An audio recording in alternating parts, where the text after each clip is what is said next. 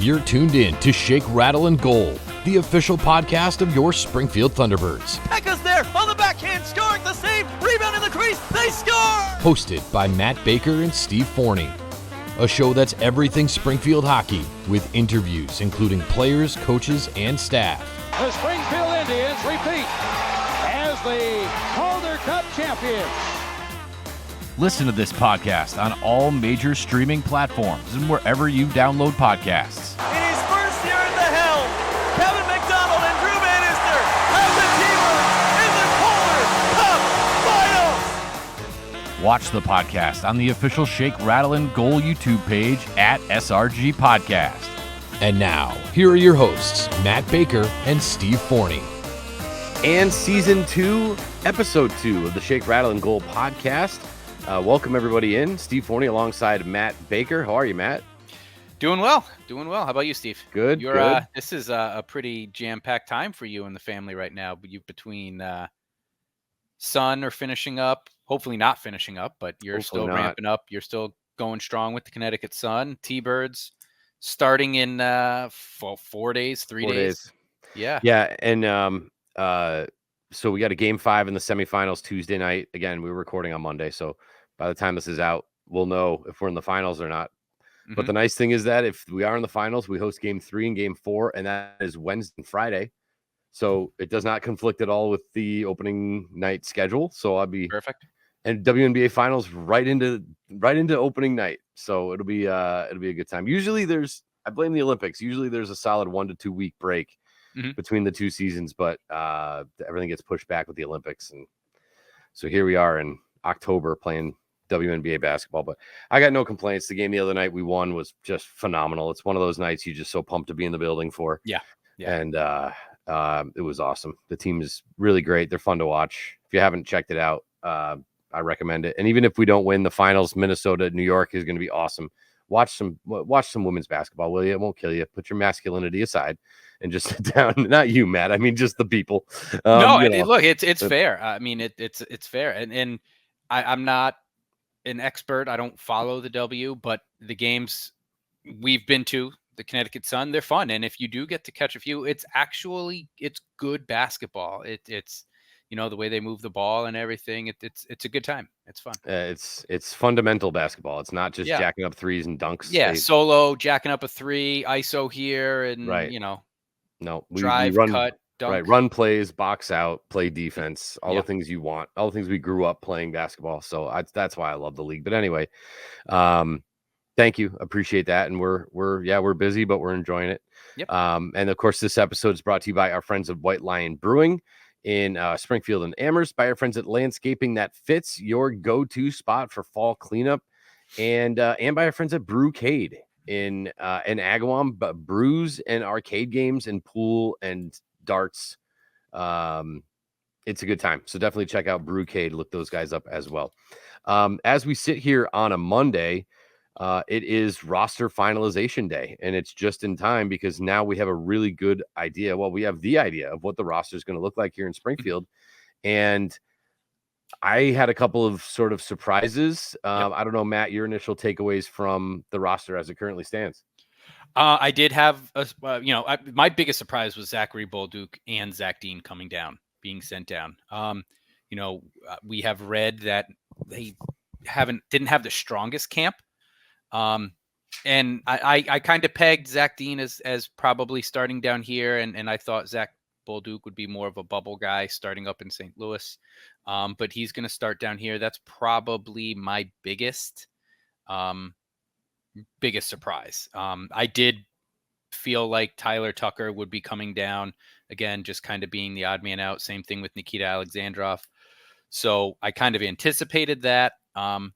No surprises with the goaltenders, Zarenko, Ellis, and Will Cranley. I guess I was a little surprised to hear Vadim Zarenko did not have the strongest camp. So a little bit surprised to hear about that, but not surprised he's here in Springfield.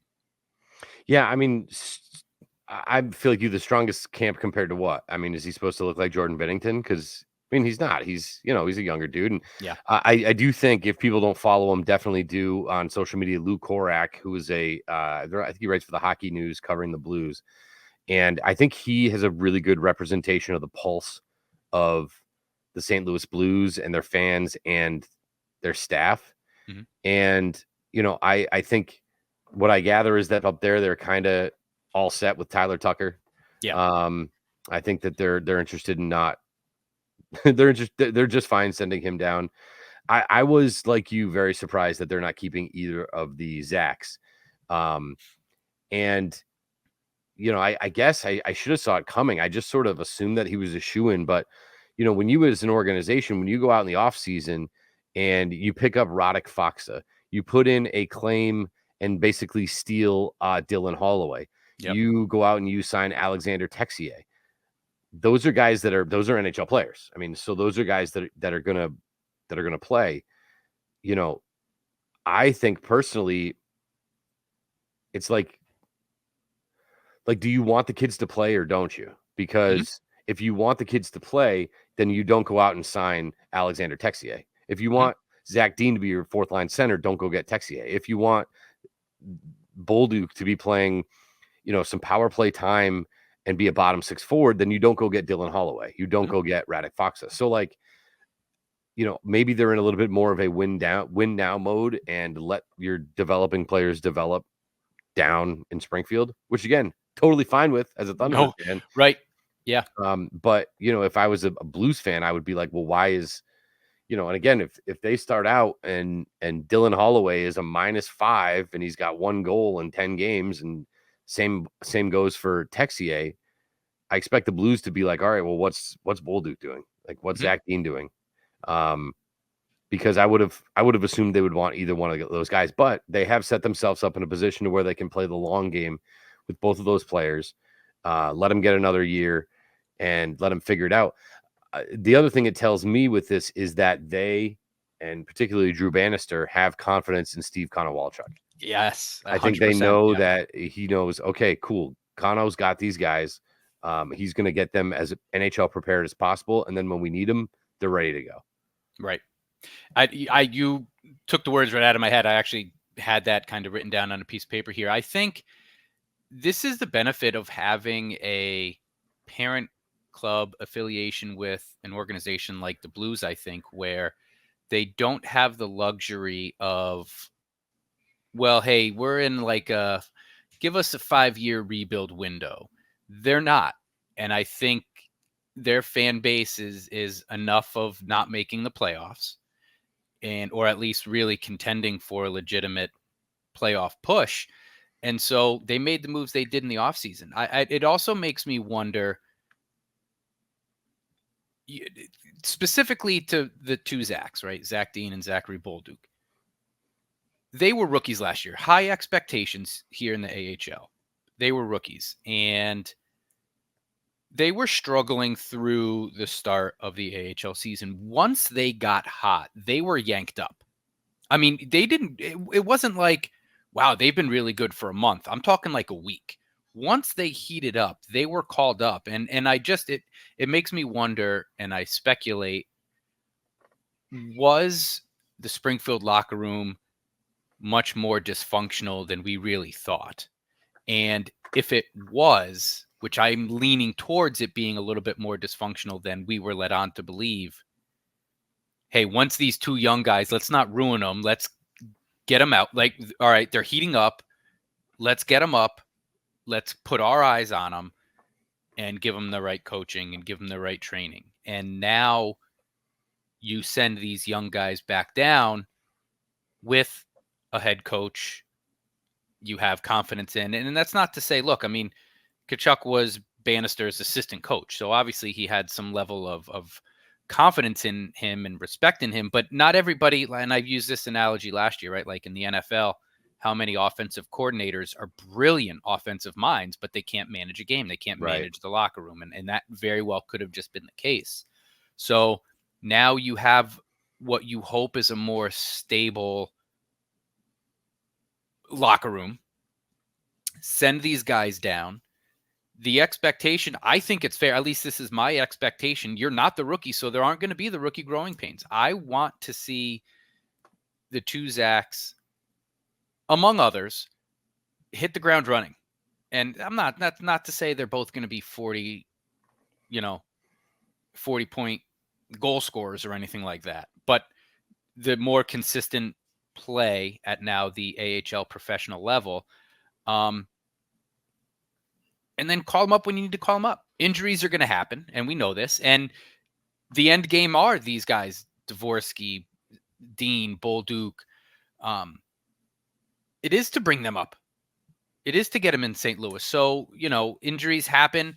Like you mentioned, someone's not playing well in St. Louis. All right, we call these guys up. But I think I'm hopeful and optimistic that to start this year, we can get some consistent play. And now I'm kind of toying with the lines we predicted last week's episode. And I'm like, oh man, are you telling me Hugh McGing is going to be our third line? Like, I'll take that. Right. I'll take that. You put a Hugh McGing, a lightning rod of energy, and going to play end line to end line every shift. I don't know. I'm an optimistic guy to begin with, but I'm excited. I like how this roster's shaping out. Yeah, for sure. And I think maybe a month ago, I looked at this and I said, man, this is going to be a young team. Like, this is going to be a young team with a lot of growing pains. And now I look at it and, Bolduc and Dean are now a year in. So like you said, they're not rookies anymore. So they've been here before. And you take your Dvorskys and your Kaskamakis and you surround them with Nikita Alexandrov, Drew Callan, obviously Matthew Pekka, Ferrier, Mackenzie McEachern, Hugh McGing. Like, these are guys that have been here. These are guys that have done this. Even the new guy, Silvegaard, who's 25 and looked great in that first preseason game, I thought. These are guys that have all been here, and even some of the guys that were, at least playing ECHL hockey that might be on this roster. Like, these aren't new guys. And so they may be young in age, but in terms of experience, I think that they're actually going to be in relatively good shape here. I mean, it's funny. I'm looking at it now, running it down on the ages, and these are just the forwards. Ages: 24, 20, 24, 24, 21, 29, 21, 22, 19, 23, 20, 24. Mackenzie McEachern's 30. But like, these are all kids that like are I mean, they're kids, but they have that, Tanner Dickinson, okay, young kid, but he's been here before. He's 22. He's been in the system. He's been in the pipeline. He's played pro hockey. So these are going to be the guys that, yes, Bolduc and Dean are going to learn from, but even Dvorsky, Kaskamaki, these young guys are going to be able to really glue in with some of the guys that know what it's like to play hockey in Springfield. They know what it's like to play pro hockey. And I think that is going to be more beneficial to them playing big minutes with this surrounding cast than, again, being up in St. Louis, sitting on the 9th floor watching the game. Yeah. What's your take? Looking at the defense, because I'm with you. I think I was assuming this to be a very young defense, and to be honest, a bit nervous. But actually, looking at it, I feel like it's got a good mix of really just solid. I mean, Tyler Tucker coming down again. Leo Loof, a guy who second year in. I'm pegging Jeremy Biakabatuka, Anton Malmstrom, Marc-Andre Gaudet are the kind of, I think those are going to be the guys used a bit sparingly. Again, who knows with injuries, but, Hunter Skinner, Buchinger, Johannesson, all these guys, I think, Scott Harrington. Schoenemann. Yeah, Corey Schoenemann. Yeah. And so they're not as young as I actually thought they would have been. Like you said, Scott Harrington, 31, has played a lot of hockey. Corey Schoenemann, 29, played a lot of hockey. But even still, Hunter Skinner, 23. 23, right? That's surprising. Played a lot of hockey. Yeah. Tyler Tucker feels like he's been here forever. He's 24. Mm-hmm. You know what I mean? Like, it's crazy to me. Yeah. So, I think the young guys like Michael Buchinger, 20, Gaudet, 20. I guess I'm feeling like the pressure for them to play big minutes, I don't feel like it's there.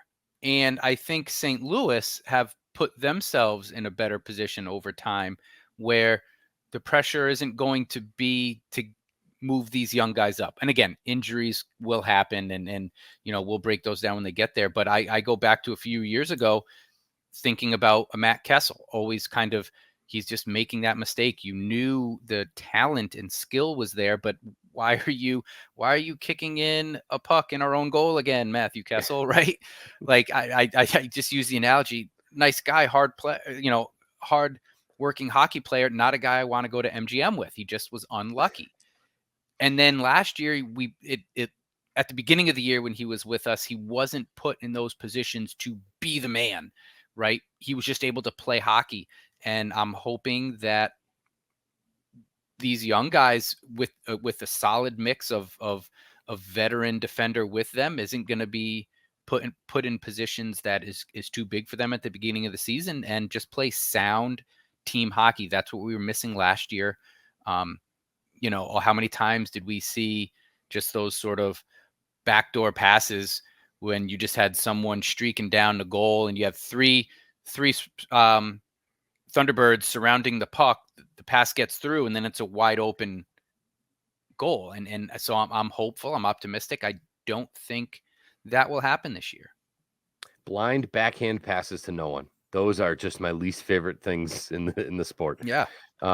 Yeah. And, and again, they're all around the same age. So their experience, you talk about bonding and team chemistry and those kind of things. These are all guys that are sort of all in the same boat, which is potential for like-minded interests. You're not going to Right. have young guy, you're not going to have one young kid sitting there saying like, hey, who can I go out with?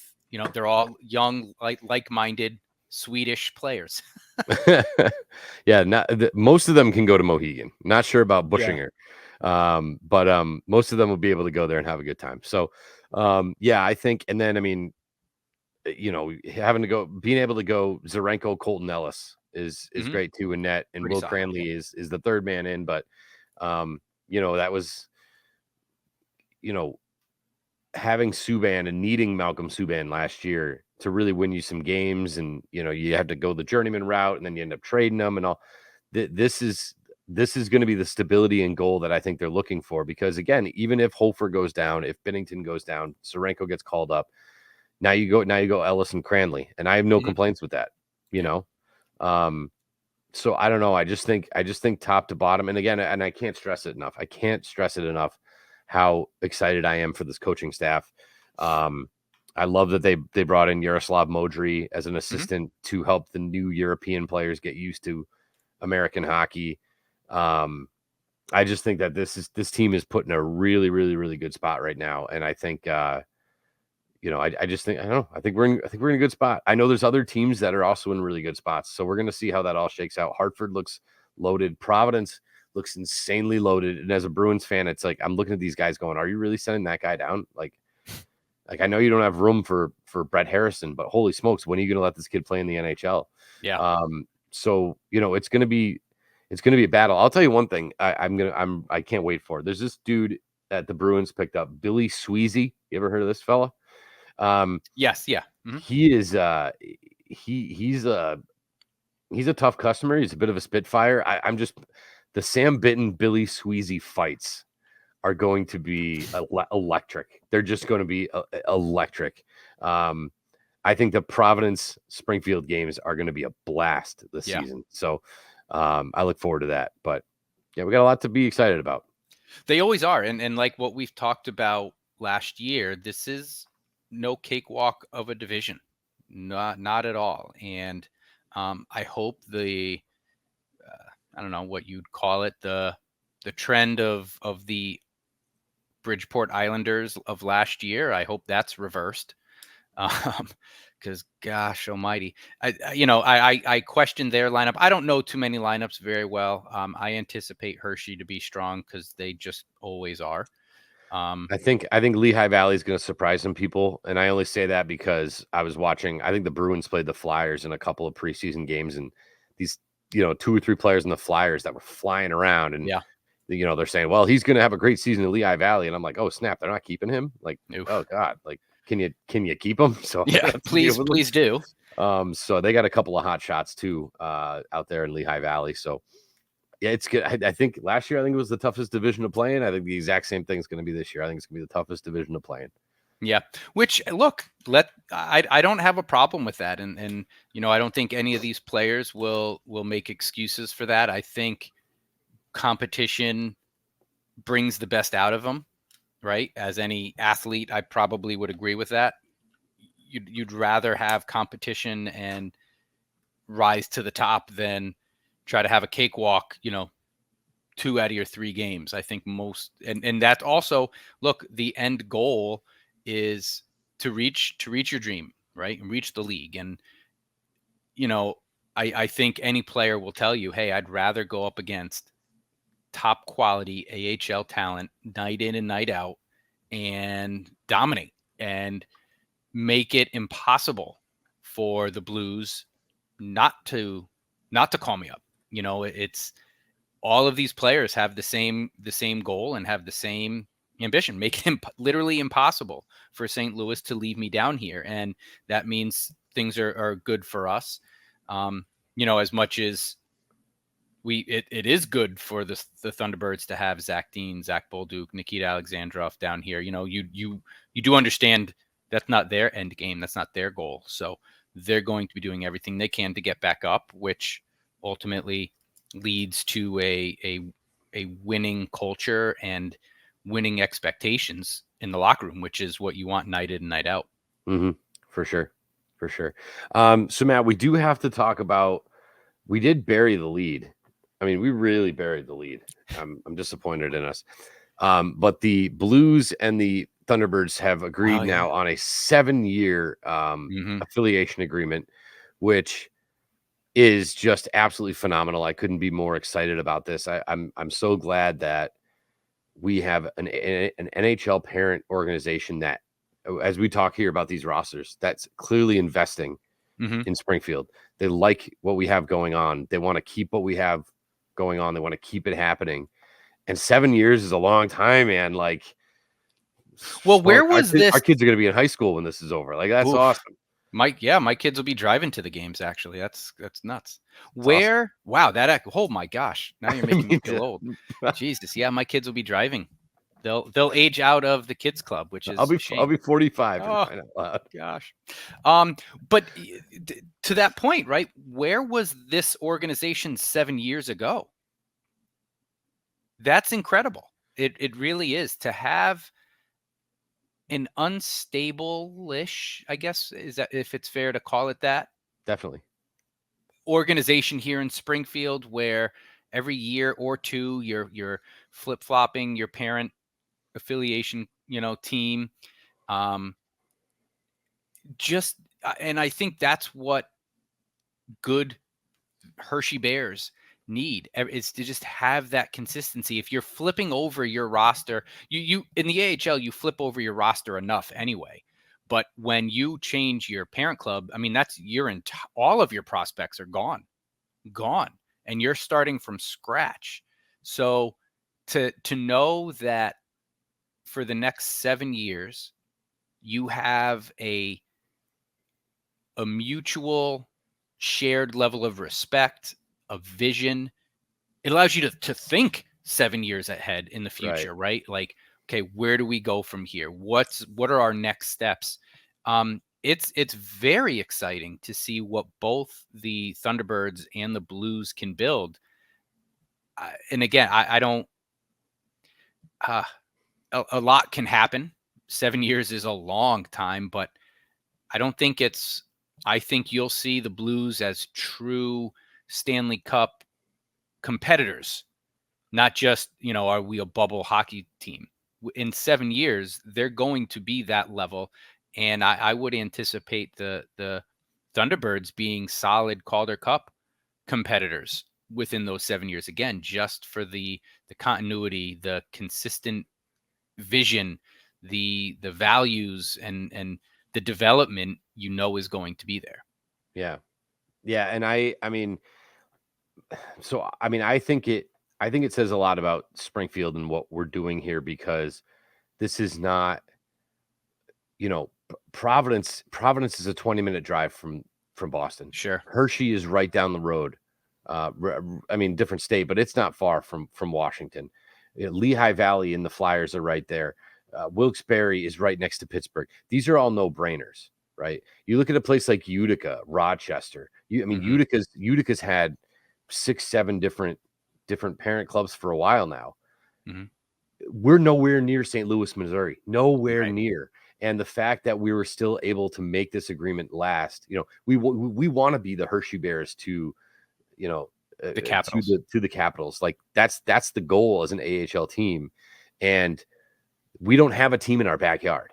Right. Like we really don't. And so to have this ability, Bridgeport to Long Island is a ferry ride. Like we don't have that. And the fact that we're still able to pull this off, I think says a lot about the product that we put on the ice, the butts we get into seats, the way that Nate Costa handles things in the front office, makes the locker room feel like an NHL locker room. It's just all of it, I think, is a real testament to what everybody's trying to do. Like there's been an effort made, and St. Louis has recognized that effort. And so I think that means a lot into this agreement happening, because, I mentioned Utica, but I mean, even so, when you said like the sort of tough times that the Springfield Falcons fell on, and I think that lines up a lot with Bruce Landon sort of stepping out a little bit and taking his hand, off the steering wheel.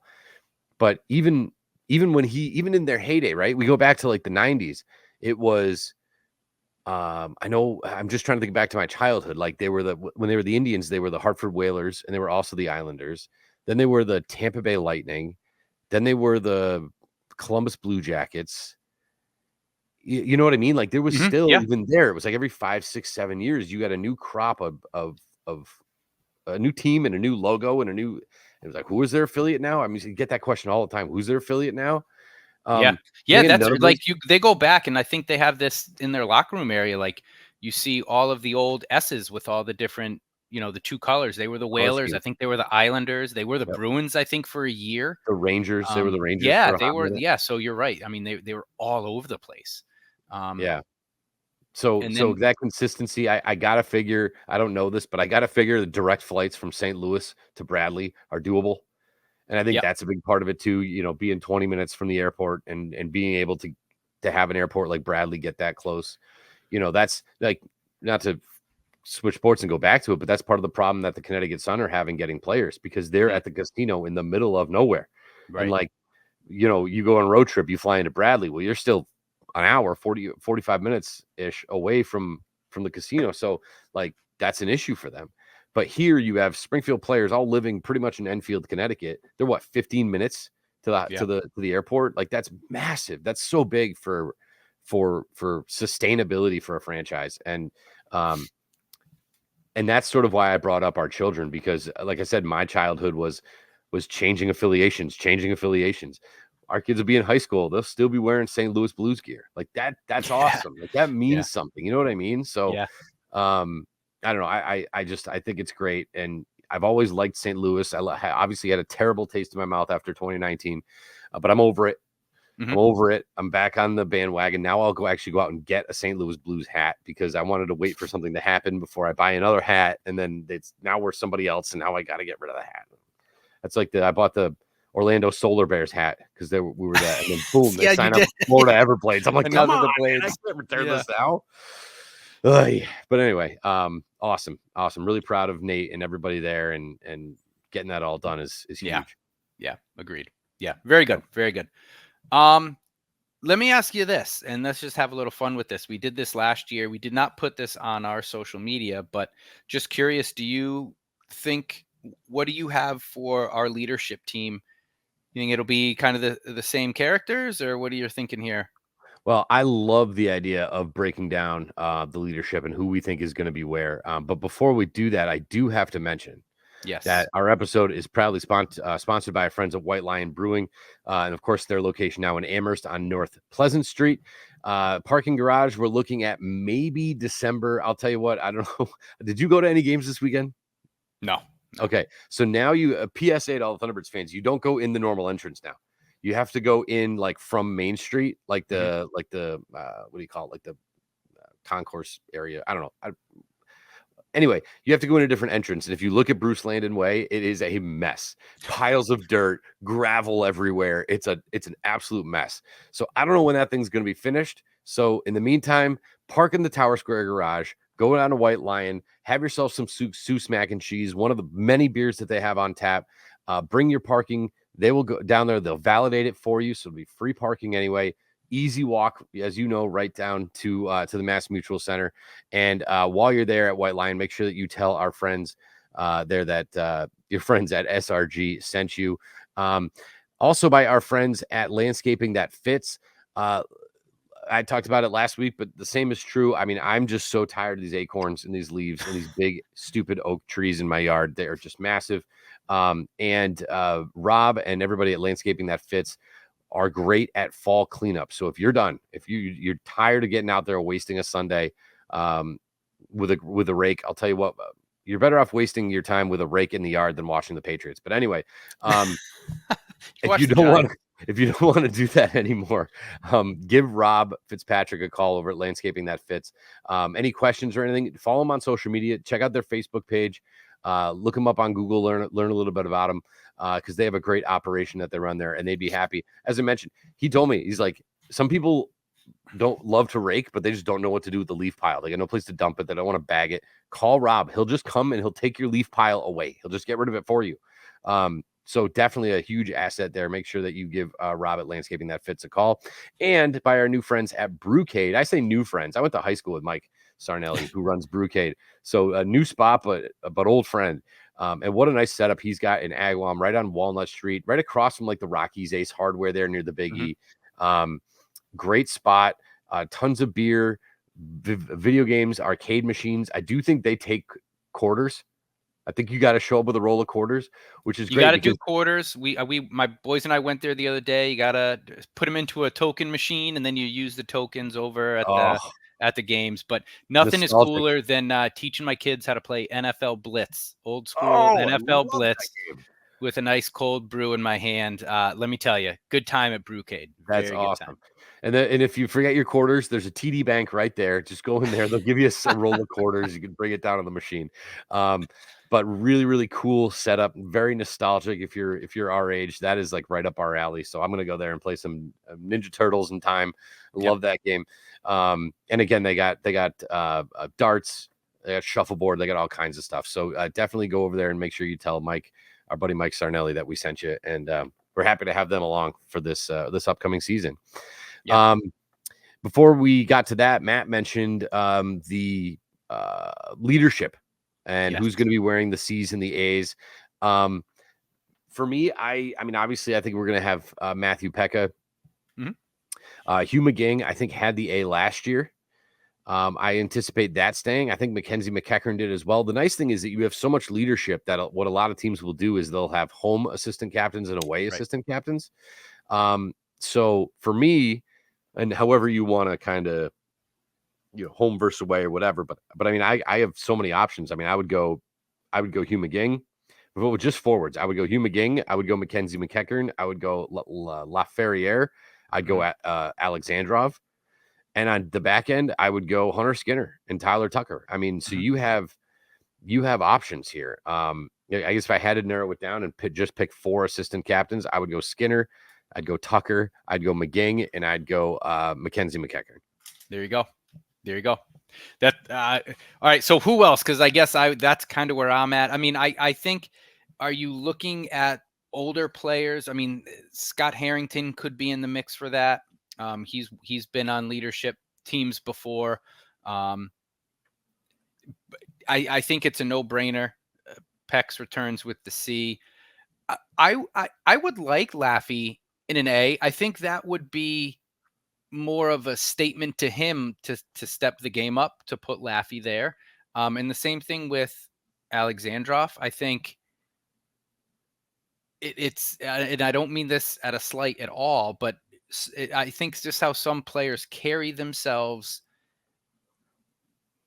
kind of dictates, are you part of that leadership team, conducting interviews with us, having more personality, interacting with fans. And again, I don't mean this as a slight. A guy like Drew Callen, I think could wear it.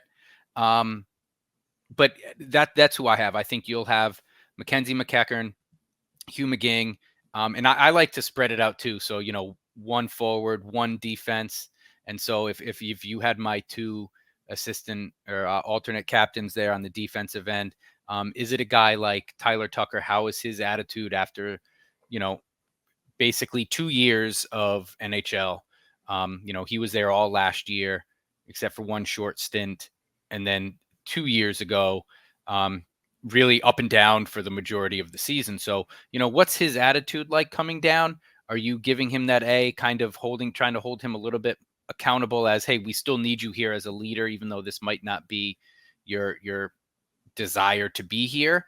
A guy like Hunter Skinner, similar. I would like to give it to him to now say, pass the torch to him to step your game up, and see what you can do.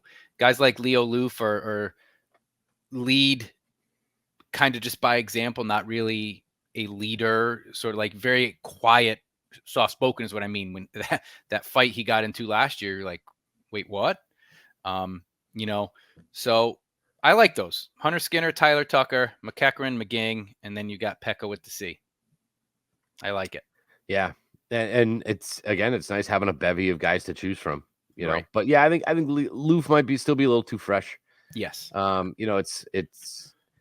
It's wild that he's only in his second year, and it's crazy to me too how like, I don't know, I think I might have said this last year, but like there are guys, especially on the back end on defense, we only notice them when they make mistakes. Right. And I still kind of like forget about Leo Loof. Like he's so unnoticeable in a good way that I like forget he's there. Right. And especially on the back end, like if you can pull that off as a year one defenseman, that's awesome. Mm-hmm. So, I'd like to see the defense. I'd like to see the offense uptick a little bit this season.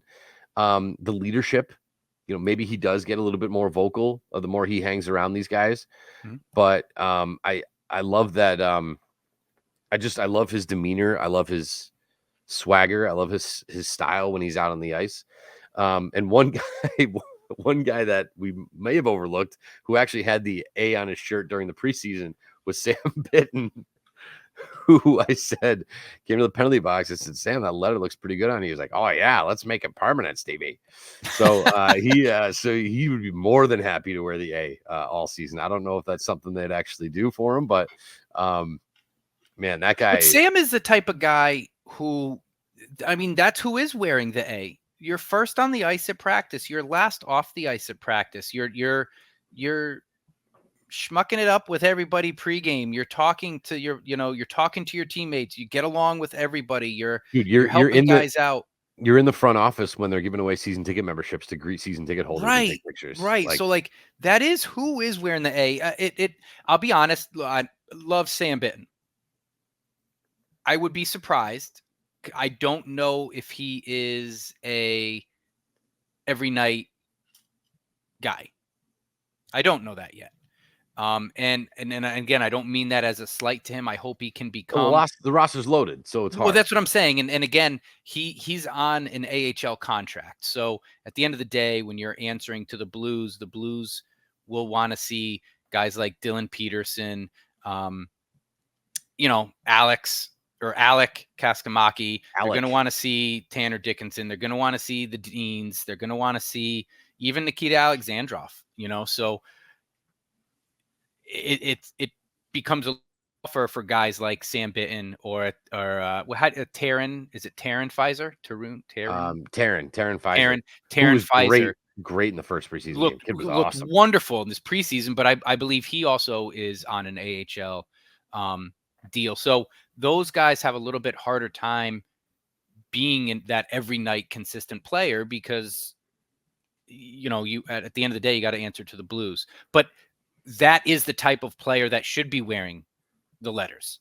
a guy, again, you can't say enough about the type of people who a Sam Bitten or a Will Bitten for that matter too, because just again, first on the ice, last off the ice, getting along with your teammates, playing hacky sack before a game, keeping it loose in the locker room, obviously willing to throw down at the drop of when the puck drops. Those are the guys you want as your leaders. I don't know if does Sam Bitten see enough ice time this year to warrant that. I don't know. I would hope so. I would like it. And that means he's being productive, because he'd have to be extremely productive to be in the lineup every night, in my opinion. Yeah. Just on his contract situation. I agree. But I'll also say about him is that whether or not he's wearing any letter or not, fair, he's going to be the exact same guy. He's going to be 100%. He's going to lead. He's still going to lead. He doesn't need a letter to lead. Right. Do you know what I mean? And to be his personality and to go talk to the refs and be engaged in the game and the practices. And like you said, whether or not he's got a letter, he's still going to be the first guy on the ice. So. When you can tell he's clearly anybody. I saw Drew Callen. I think he was wearing the C in the preseason. Yeah. And so those guys are respected leaders, and it just to wear it all year. I think it highlights the leadership on the team. And again, this isn't meant as a slight towards anybody. I think this is a very leader-driven mindset team that we have, which is, I think good. You're headstrong and your mind's in the right place as a team, as an organization. And that's what leads me to be, I try not to be too optimistic. Before we recorded, I said, Steve, is it okay to be really optimistic about this team, especially after last year, the disappointment? And, I don't know. How can you not be sunshine and butterflies? Yeah. So sign me up for that and I'll take it when I can, but I don't know. By the way, real quick, 13-14 and 14-15 seasons, Sam Bitten was the captain for the Ottawa Junior 67. So, there you go. In fact, the 14-15 year, he had 15 points in 12 playoff games, 44 points in 30 games. So obviously that was, it was literally 10 years ago, but he's got it in him, right? He's got those leadership qualities in him. And like I said, I think if he's playing every night, that means the production is there, which is a fantastic thing. It wouldn't surprise me if he has an A. And a guy that Connor Walchuk would love. Yeah. I bet loves this game, but would love to take the current Sam Bitten and turn him into something more, something bigger and better and stronger and faster. And I think that I guess for somebody who's only seen one preseason game from him, I am very excited for Steve Konowalchuk. And maybe it's because I have that bad taste in my mouth from last season and the way it ended. I just think that this dude, who by the way is super scary looking. I don't know if I mentioned that last week, but you're Google image him when his headshots, and he had the Brandon Tanev headshot before Brandon Tanev did. He's just looks scary. That's why I don't want to have him on the show, because I'm be hi coach, please don't punch me. I think that this is, I'm really excited to see what this team looks like in next week and this weekend, and what this team looks like in April. Yeah. I think it's going to be, I'm like you said, I'm excited for it. I'm optimistic. Yeah. Why not? I am too. Well, let's talk about it real quick. We've got five home games in October. As far as the schedule, you're looking at October 12th, opening night against Laval. We alluded to this last week a little bit, but how could you not get excited? The energy is going to be up being opening night to begin with, but every game against Laval, fireworks, expect the gloves to drop. They don't like each other, and I don't know why, other than the playoff run a few years ago, but that's cool, man. Having a team from Canada come down to your spot opening night. And I think it's about time that Springfield wins their opening night. I think that'll be good. New coach. It's not the end of the world if they don't, but I would expect nothing but top quality effort every shift on Saturday. We got the following day, Sunday, October 13th, is Kids Club opening day. This is a Nice. fun game. Sunday afternoon, 3:05 puck drop against the Penguins, where they let the kids on the ice in intermission and help with the pucks. And it is Kids Club opening day. Saturday, October 19th. Can I just hang on? Can I just go back for one quick second? Yeah. So I just looked it up real quick. So Laval actually plays Friday night too, and they are the home opener for Providence. Ooh. So they have 2 home openers back to back, which are a big deal. Mhm. And they have to play 2 back-to-back games, and they have to go Providence Springfield. So that's tough, man. That's not going to be easy for Laval. So I'm curious to see on Saturday if that team is tired, if they're ticked off, I want to know what their mindset is. I'm looking for that. That's a great point, Steve. That's a great point, because when you are the other team's home opener, you kind of have to match their energy. Like, Definitely. right, there's that home team in your home opener, you're going to bring a little bit more energy right off from opening puck drop. So can you, if you're Laval, match that energy 2 nights in a row after what is going to be a hard fought Providence night? So good point there. That's going to be, and they don't play Sunday, so it's their getaway. Yeah. So it's like, let's just get home. Let's get back to Canada, have our poutine. Right. Yep. Exactly. Yeah. So I don't know, just interesting. Yep. So no, absolutely. Great point. Something to think about, something to watch for. Yeah. So that's from a Springfield Thunderbird standpoint. Obviously, you're going to play, but you get up early, and then do they just, it's early in the season. So are you just going to, all right, well, hey, not our night, tired legs. Let's just get out of here healthy. And like I said, get back to Canada. Saturday, October 19th, 7:05 puck drop against the Providence Bruins. Friday, October 25th, 7:05 puck drop against Grand Rapids Griffins. This is a third jersey night wearing the Springfield Blues. I'm really excited. Another thing for this season, I'm loving these Midwest teams. We've got Iowa. We've got Grand Rapids. There's a few other ones that I can't think off the top of my head. But it's nice. I think the schedule came out, and I think they did a nice job kind of with a little bit of some travel arrangements. So you get to see not the same I-95 corridor of teams night in and night out. So I'm looking forward to that. That's Friday, October 25th. Saturday, October 26th, 7:05 puck drop against the Hershey Bears. This is a booze and brews game. There is a giveaway item to be determined and a pregame beer tasting event. I hope the giveaway item is these mugs, because if you're watching on YouTube, this is the one from, I don't know, 2 or 3 years ago. Everything's all it's faded off. It's all faded off, because these are like my favorite cups. I have the clear one from a couple years ago, and then I have the old blue one.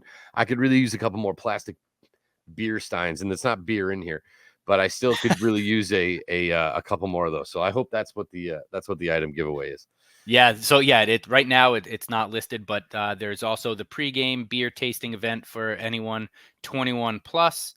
And then that'll do it in October. Are you reading this off of the really sharp new fandangled Thunderbirds website? You got it. I'm on their new website. I'm scrolling through. Looks great.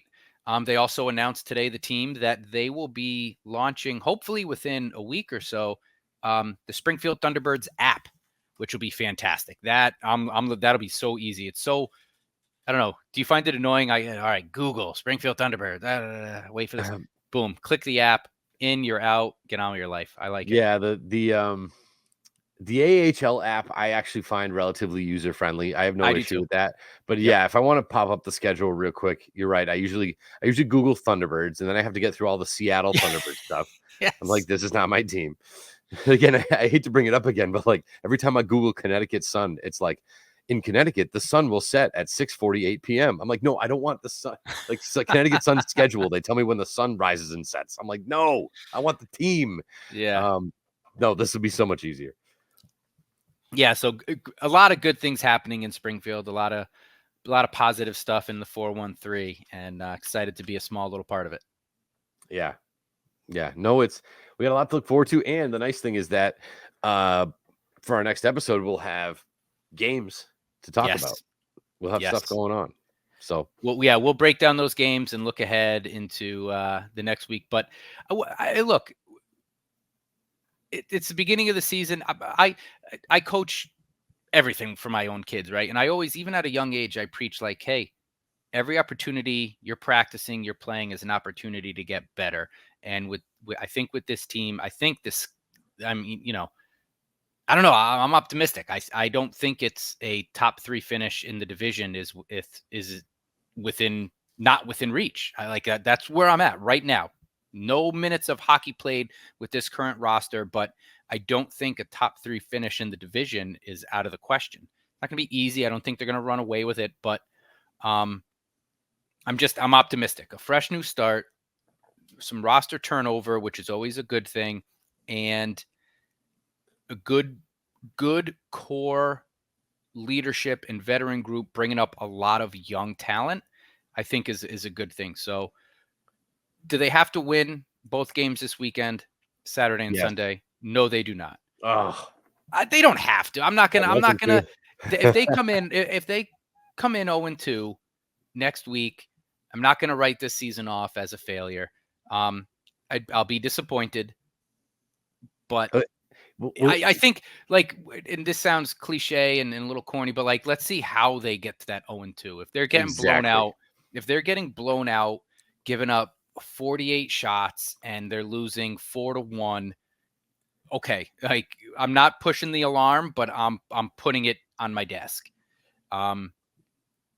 If and I don't anticipate that. Well, right. So like, that was my thing, is like, if they go out in the first period and are outshot 15-4, mm-hmm. I'm going to be like, yep, here we go again. You know what I mean? So I expect them to, like you said, not get outshot 45-20. Like, we can't do that anymore. And that I think hopefully the coaching is going to alleviate that. But if they go 0-2 and they play their tails off and they lose a couple of overtime games, you lose 2-1. You lose, right. That's going to happen. You take your lumps, and that even happened last year, if I'm not mistaken. They got off to kind of a cold start. I think they were 0-1-1 after the opening weekend. If I'm not, I could be wrong on this, or 1-1. Right. And then the next 3 game, they played a 3-3, I think, and then they lost all 3. And it was like, hey, all right, well, let's go through a tough spot now. And they turned it around, and they were top 4 in the division until the coach call up. But so, let's play sound hockey. Let's play team hockey this weekend, and the record will be what it's going to be. But the team progressing, getting better every game, getting better every practice, is not necessarily what we saw last year. So let's stick to that. And again, a top 3 finish in the division is not that's where I expect them to be. Mm-hmm. Let's hope. Yeah. All right. I have one last thing from me. I think, again, I'm in a new house, so I think this is going to be my permanent podcasting spot. I have all this blank space behind me. I'm not sure what I'm going to do with it. But Katrina, I do have this. Yes, there it's ready to go. It just needs to be hung up. We're going to get your poster back up, I promise. And also, Katrina was named captain of her sled hockey team. So congratulations, Katrina. Congratulations. Love to hear that. I'm sure you're crushing it. I'm sure you're rallying the troops and getting everybody all fired up with your energy and your attitude. So super pumped for you. Congratulations from us here at the pod. We're very excited for you. Glad to hear that. So, well done. You want to close up with our sponsors, and then we'll sign them off. We'll sign them off. Yes. Thank you again to our friends at White Lion and Ray Berry over there. Their 2 locations in Amherst and Springfield. Check them out in your cooler too. Next time you go to the liquor store, take a look in there. I'm sure they're in there. Big thank you to Landscaping That Fits. Again, remember, put the rake down and just call Rob at Landscaping That Fits. Let him take care of your lawn for you. And a Brewcade in Agawam on Walnut Street. Look them up. Go down there, have a couple of super cheap cans of Bud Light, and play the Simpsons arcade game until your hands bleed. because that's a really fun new spot. And as an Agawam resident, as we both are, I'm all for this. I was so annoyed that it's basically across the street where there was a vacant lot. I was like, yes, they're putting something there, and it's a freaking Starbucks. Like, oh, another Starbucks. I don't want a Starbucks. Anything making a Chipotle. Give me something I can eat. But it's of course a Starbucks. Less Starbucks, less car washes in this town. There's a zillion of them. More Brewcades. So go check out Michael Sarnelli's place down there at Brewcade. Tell him that we sent you. And this was great, Matt. We weren't planning on going this long. We said, I don't know how much material we have, and here we are pushing an hour. Here we are. Hell yeah. Well, hey, this is how we do it in Springfield. Thank you all for listening. I hope to see you at the Thunderdome this weekend. And let's go T-Birds.